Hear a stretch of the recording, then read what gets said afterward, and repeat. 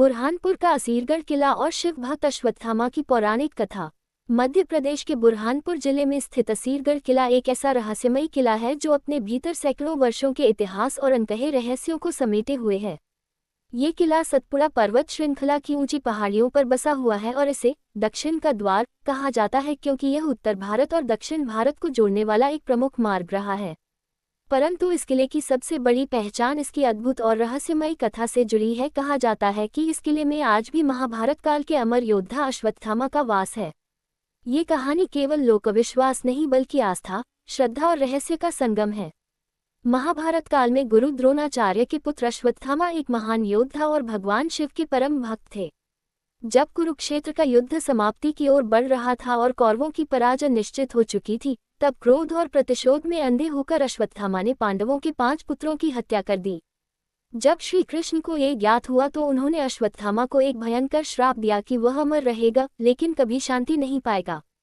उसके शरीर से सदैव रक्त और मवाद बहता रहेगा और वह धरती पर भटकता रहेगा जब तक कलियुग समाप्त नहीं हो जाता। कहा जाता है कि उसी श्राप के कारण अश्वत्थामा आज भी जीवित हैं और मोक्ष पाने के लिए भगवान शिव की आराधना करते हैं।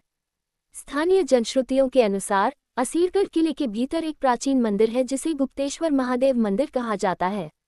यह मंदिर किले के भीतरी भाग में स्थित है और इसे अत्यंत चमत्कारी माना जाता है। लोगों का कहना है कि हर भोर के समय कोई अज्ञात साधु वहां आता है जो भगवान शिव का जलाभिषेक करता है, फूल चढ़ाता है और दीप जलाता है। परंतु जब सुबह होती है तो वह साधु कहीं दिखाई नहीं देता। मंदिर में ताजे फूल, जल की बूंदें और जलता हुआ दीपक ये प्रमाण देते हैं कि किसी ने पूजा की है। स्थानीय लोग मानते हैं कि यह कोई साधारण व्यक्ति नहीं बल्कि वही श्रापित अश्वत्थामा है जो अपने पापों का प्रायश्चित करने के लिए आज भी महादेव की आराधना करने आते हैं। कई बार लोगों ने रात के समय किले के पास अजीब आवाजें सुनी हैं। हवा में ओम नमः शिवाय की ध्वनि गूंजती है और पहाड़ियों से किसी भारी कदमों की आहट सुनाई देती है। कुछ साधु और तपस्वियों ने दावा किया है कि उन्होंने एक लंबे, विशालकाय व्यक्ति को देखा जिसके माथे पर ताज़ा घाव था और शरीर से रक्त बह रहा था। वो साधु धीमी आवाज में बार बार कह रहा था, हे महादेव, मुझे मुक्ति दो। ये सुनकर लोग भयभीत होकर भाग गए। ब्रिटिश शासन के दौरान एक अंग्रेज अधिकारी ने इस रहस्य की जांच करने का निश्चय किया। उसने अपने कुछ सैनिकों के साथ किले में रात बिताई, परंतु अगली सुबह जब लोग वहां पहुंचे तो उन्होंने देखा कि वह अधिकारी मृत पड़ा है। उसके चेहरे पर भय का भाव था और उसके हाथ में अधजला दीपक था। उस दिन के बाद से अंग्रेजों ने किले के उस हिस्से को बंद कर दिया और उसे निषिद्ध क्षेत्र घोषित कर दिया। आज भी उस मंदिर तक जाने का रास्ता सामान्य लोगों के लिए बंद है, लेकिन कहते हैं कि कुछ साधु उस दिशा में जाकर ध्यान करते हैं और वहां से एक दिव्य प्रकाश निकलते देखा गया है। असीरगढ़ के आसपास के गांवों में आज भी बुजुर्ग लोग बताते हैं कि पूर्णिमा की रात में किले के ऊपर एक सफेद प्रकाश घूमता दिखाई देता है। कुछ लोगों का कहना है कि वह अश्वत्थामा की आत्मा नहीं बल्कि उनका जीवित रूप है जो भगवान शिव की उपासना करने आता है। कहते हैं कि जब कोई व्यक्ति उस किले के बहुत पास जाता है तो उसे किसी भारी उपस्थिति का एहसास होता है, जैसे कोई उसे देख रहा हो। किले की दीवारों पर अभी भी खून जैसे निशान पाए जाते हैं, जिन्हें चाहे जितना साफ करो वे फिर से उभर आते हैं। कभी कभी मंदिर के पास से ताजे फूल गिरते हुए दिखाई देते हैं। कई श्रद्धालु कहते हैं कि जब वे वहां महामृत्युंजय मंत्र का जाप करते हैं तो हवा में अचानक ठंडक भर जाती है और दीपक की लौ तेजी से कांपने लगती है। ये सब घटनाएं भक्तों की आस्था को और भी मजबूत करती हैं। असीरगढ़ का किला इतिहास में भी एक महत्वपूर्ण स्थल रहा है। यहाँ से कई राजाओं ने शासन किया, फारूकी वंश, मुगल और मराठा, परंतु कोई भी इसे पूरी तरह अपने नियंत्रण में नहीं रख सका। कहा जाता है कि जो भी इस किले में अधिक समय तक रहा उसके जीवन में विपत्तियां आईं। स्थानीय लोग मानते हैं कि यह सब अश्वत्थामा के श्राप का प्रभाव है क्योंकि यह किला अब उनका निवास बन चुका है।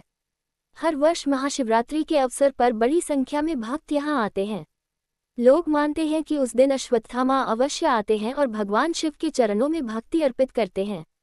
कई श्रद्धालुओं ने बताया कि उन्होंने उस रात मंदिर के अंदर से डमरू की आवाज सुनी और एक गूंजती हुई आवाज ओम नमः शिवाय जो पूरे पर्वत में फैल गई। ये कथा हमें ये सिखाती है कि कर्मों का फल अवश्य मिलता है। अश्वत्थामा जैसे महान योद्धा को भी अपने अधर्म का परिणाम सहना पड़ा। उन्होंने भले ही अमरता पाई, परंतु वह अमरता शापित थी दर्द और एकांत से भरी हुई। शायद इसलिए वे आज भी असीरगढ़ के किले में आते हैं ताकि भगवान शिव के चरणों में क्षमा मानकर मोक्ष पा सकें। जब रात के सन्नाटे में पहाड़ों से हवा टकराती है तो किले की दीवारों में एक हल्की गूंज सुनाई देती है, मानो कोई कह रहा हो, मैं अमर हूँ, श्रापित हूँ, पर शिव की भक्ति ही मेरा सहारा है। ये कथा केवल रहस्य नहीं बल्कि भक्ति और कर्म का एक अद्भुत संदेश है। कहते हैं, जब कलयुग का अंत आएगा और भगवान कल्कि अवतरित होंगे, तब अश्वत्थामा उनके पास जाकर उन्हें पहचानेंगे और तभी उन्हें मुक्ति प्राप्त होगी।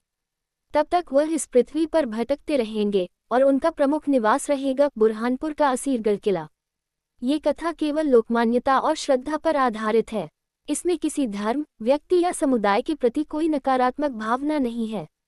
ये सिर्फ आस्था, रहस्य और भक्ति का प्रतीक है, जो हमें याद दिलाता है कि हर कर्म का परिणाम निश्चित है और भगवान की भक्ति ही हर दुख से मुक्ति का मार्ग है।